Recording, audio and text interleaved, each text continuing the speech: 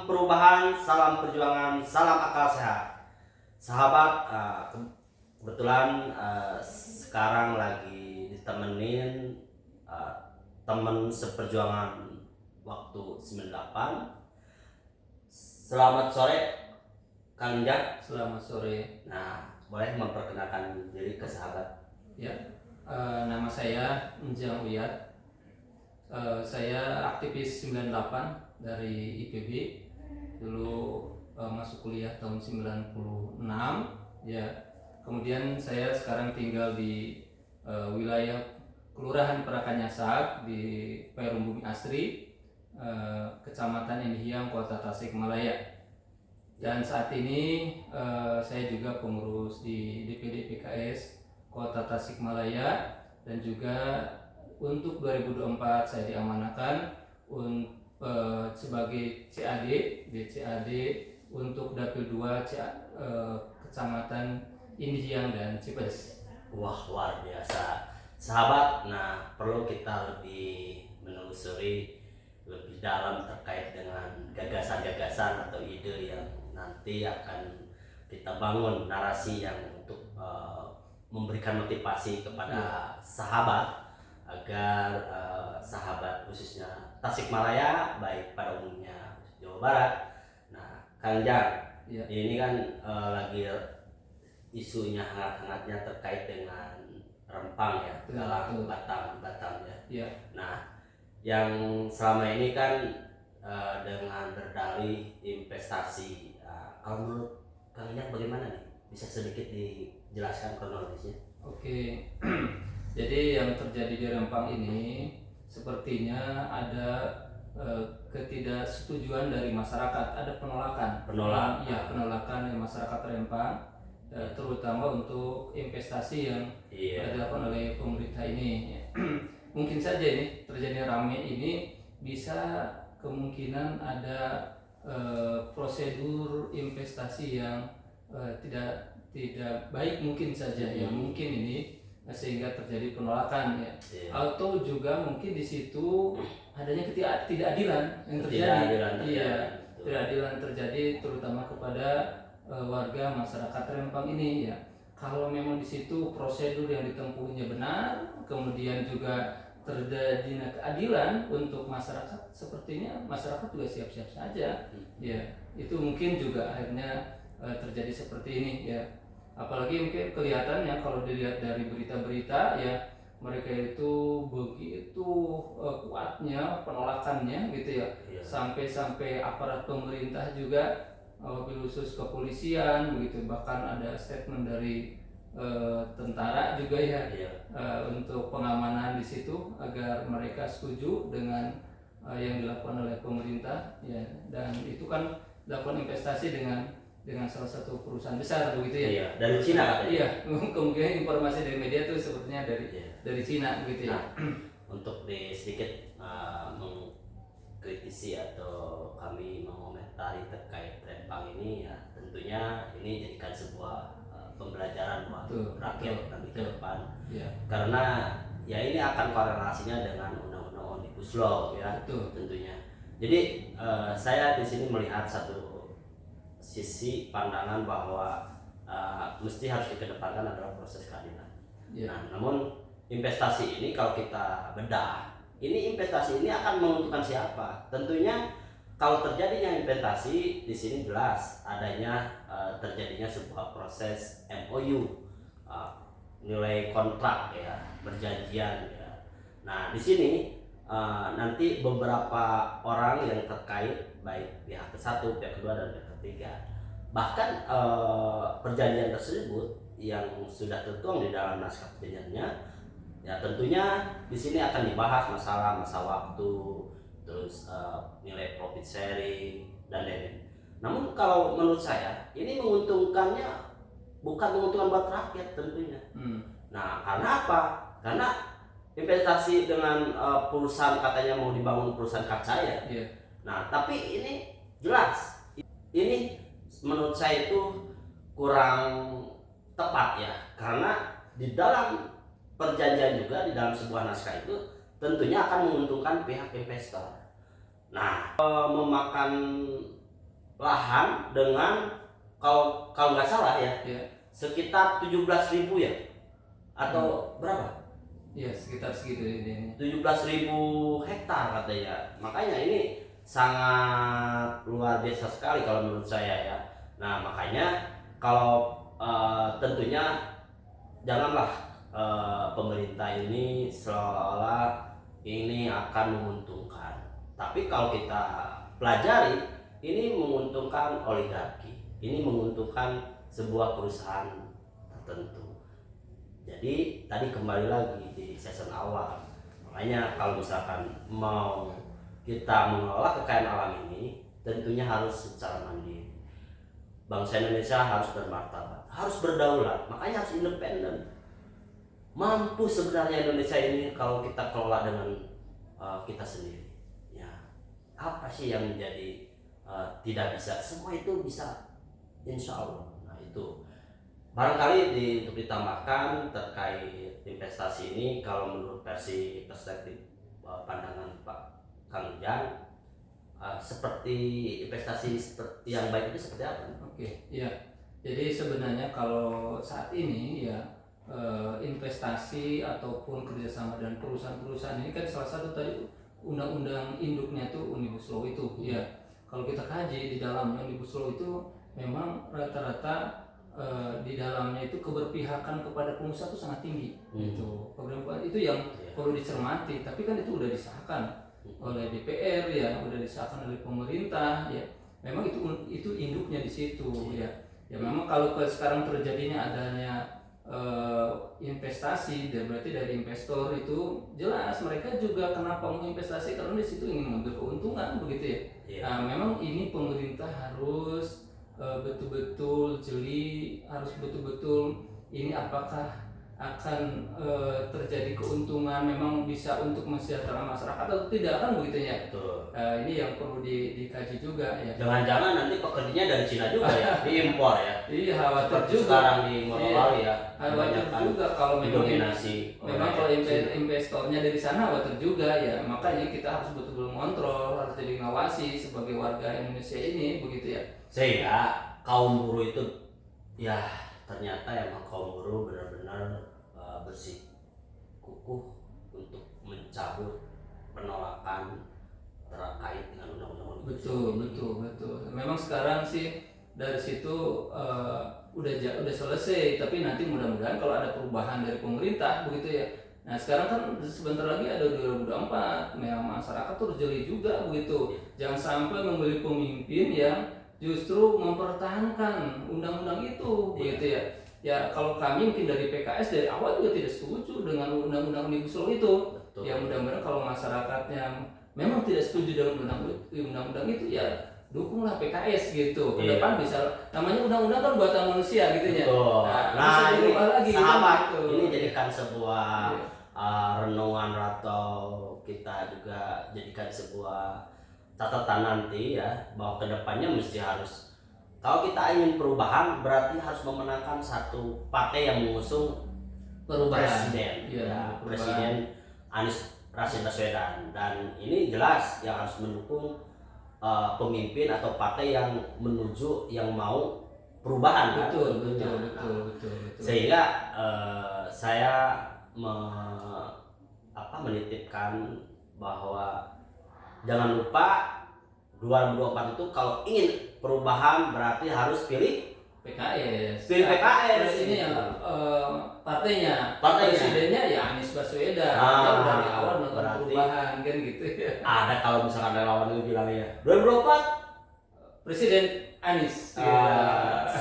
Ya gitu. Tapi jangan dikira kalau Aniesnya yang presidennya berarti kan legislatifnya, dewannya juga harus yang mayoritas yang mendukung Anies biar sejalan. Tentunya sejalan antara kebijakan presiden dengan dewan itu selaras ya. Khawatir juga kalau presidennya Anies Baswedan, dewannya tidak setuju, tidak selaras, pemerintah tidak akan seimbang, tidak akan bagus. Makanya ini rakyat sahabat ya tentunya harus memilih para caleg di tingkat DPRD, provinsi, DPR RI untuk momentum 2024 memilih siapa?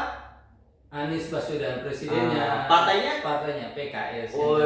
Partainya PKS, berarti Partai Keadilan Sejahtera. Itulah saya emang sekarang termotivasi oleh salah satu rekan saya, sahabat saya, yaitu aktivis 98 yang sama-sama waktu itu kita berjuang ya. Betul. Nah, untuk perubahan yaitu menuntut reformasi. Tapi sekarang reformasi ke belakang atau kita maju nih? Kayaknya perlu dievaluasi ya, lagi. Tapi yang dirasakan sebenarnya belum ada kemajuan intinya. Belum ada kemajuan. Tapi barangkali yang tadi sebenarnya kalau investasi ya, satu catatannya kalau saya sih investasi sih boleh-boleh saja pemerintah melakukan investasi begitu ya. Kenapa? Ini juga perlu juga di negara ini, di masyarakat juga butuh untuk investor. Hanya satu beberapa catatan yang perlu dilakukan. Yang pertama, apakah itu betul-betul bisa menguntungkan kepada negara atau merugikan? Nah, yang kedua, apakah itu akan merubah nilai tatanan masyarakat? Begitu itu juga akan merubah nilai tatanan masyarakatnya, apalagi budaya, begitu ya. Coba sekarang dari Rempang, kalau sekarang masyarakatnya eksodus keluar, apakah mereka juga akan berpengaruh pada nilai, terutama nilai budayanya di situ, termasuk kearifan lokalnya ya. Kearifan lokalnya itu perlu juga sangat diperhatikan. Kan itu budaya dan kearifan lokal itu sangat berharga, sangat berharga, sangat bernilai begitu. Jangan sampai identitas bangsa ini. Tapi saya boleh ya berpendapat bahwa saya kalau investasi atau memberikan dari pihak luar investasi itu saya tidak sepakat, tidak setuju.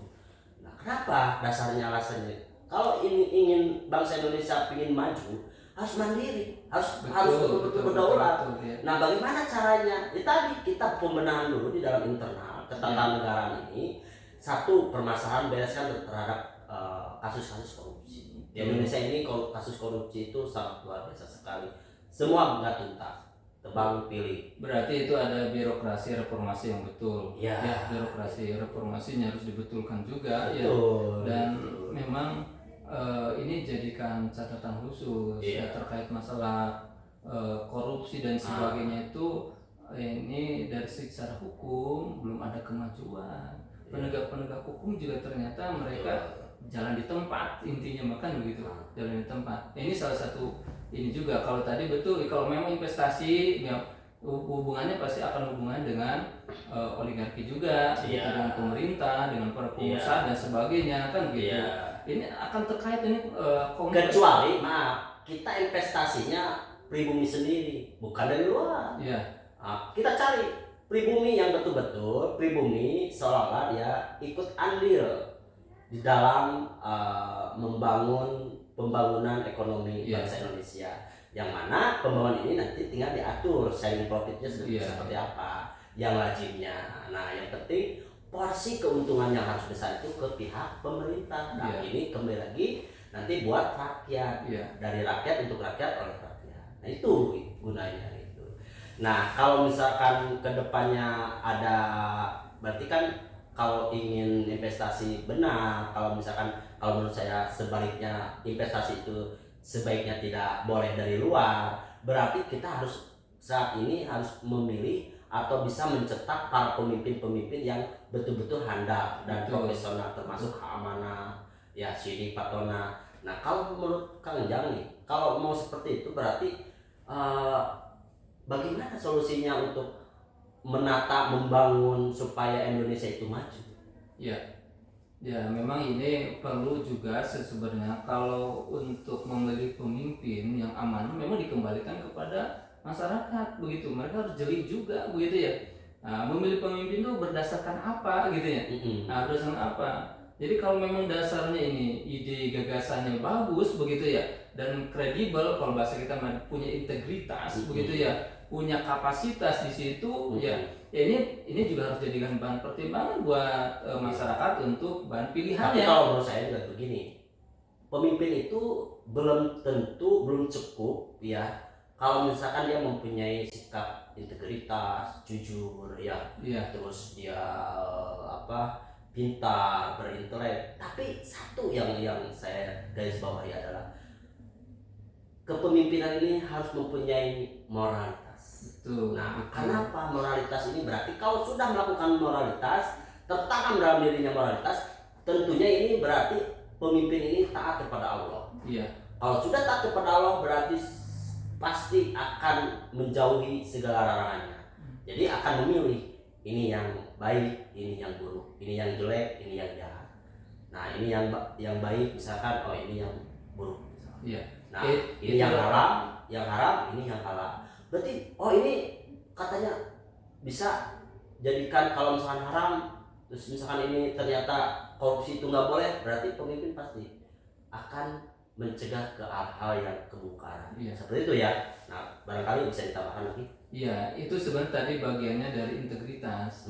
Integritas itu masuk dalam konteks moralitas sebagai integritas. Kejujuran dan integritas di situ. Kalau bahasa kita mah akhlak ya, tanggung jawab itu bagian integritas. Tapi juga jangan sampai kelewatkan itu kapasitasnya. Iya. Jadi jangan sampainya integritas, tapi juga kapasitasnya lemah juga nggak bisa pengelola negara gitu. Orang yang kapasitasnya bagus tapi integritasnya kurang juga sama, bisa jadi merusak gitu ya. Dia pinter begitu, ya pinter tapi pinternya justru menipu, memanfaatkan untuk kepentingannya sendiri gitu ya. Tapi kebanyakan seperti itu ya, karena lah ya wajar lah. Misalkan makanya itu sangat pentingnya tadi ya, moralitas di situ sangat penting untuk pemimpin. Tapi untungnya di PKS itu ada pembinaan. Ya insya Allah. Iya. Bimbingan. Betul. Dan lain-lain. Itulah yang menjadikan benteng. Benteng buat. Tapi kalau seandainya sudah dilakukan pembinaan, tapi ternyata orangnya tetap melebihi offset lah. Oh iya, itu makanya di kita kan ada aturan. Itu masuk ada aturannya. Kalau offset kadang-kadang ada kumpulan manusia juga bukan malaikat semuanya, ada yang salah satu dua. Tapi kita dibingkai oleh aturan. Kalau dia memang melanggar aturan itu kita akan proses gitu. Jangan sanksi. Iya, ada tahapan-tahapannya. Bisa ada keluaran. Begitu. Ini juga perlu diketahui juga oleh teman-teman semua ya gitu ya. Inilah proses yang terjadi di PKS ya. Sehingga PKS ini sekarang tidak kelihatan eksklusif ya. Iya, insya Allah tidak eksklusif juga, tapi juga tetap menjaga identitas nilai-nilainya begitu. Karena kan kita ingin berkhidmat kepada masyarakat, harus jadikan dirinya walaupun juga. Ini tujuannya platformnya ini kan PKS ini dakwah ya. Ya, platformnya memang untuk menebarkan kebaikan kepada masyarakat. Itu yang pokoknya di situ. Luar biasa nih sahabat. Ini tentunya kami juga harus menjadikan sebuah inspirasi ke depan bahwa ke depan ini mesti yuk kita gunakan akal sehat ketika nanti musimnya pemilu kita mencoblos, berarti harus kita udah tahu siapa yang harus dipilih, partai mana yang harus dipilih. Makanya partai yang benar-benar memperjuangkan nasib rakyat, yang kemarin kebijakan pemerintah menaikkan BBM sehingga partai PKS lah yang menolak. Nah itu aja sederhana gitu ya. Iya. Atau kenapa partai lain bisa mendukung gitu? Saya juga nggak habis pikir nih. Iya, nggak tahu itu dapur mereka mungkin ya. Nggak tahu. Ya, setiap partai punya kebijakan, punya analisa. Kalau kami ya, analisanya mandiri gitu ya. Tidak bisa diintervensi oleh yang lain. Kalau ini kategorinya merugikan kepada masyarakat, kepada halayak, ya kita tolak begitu ya. Nah, yang dilakukan oleh PKS gitu. Iya, mari sahabat, kita ingin melakukan sebuah perubahan yang betul-betul perubahan ini digaungkan dari Sabang sampai Merauke, seluruh pelosok Nusantara, bahwa nanti 2024 tanggal 14 Februari momentum sejarah bahwa kita ini kemenangan ini ada di tangan rakyat. Nah, sehingga jangan sampai salah memilih pemimpin. Itu ya? Iya, betul. Mungkin barangkali bisa disampaikan Kang Jan harapannya. Iya, harapannya perubahan ini ya di dalam era demokrasi ini terjadi 5 tahunan. Ya. Jadi kalau masyarakat ingin ada perubahan, maka momentumnya jangan salah di pemilu di 2024 kalau sekarang terdekat. Kalau merasa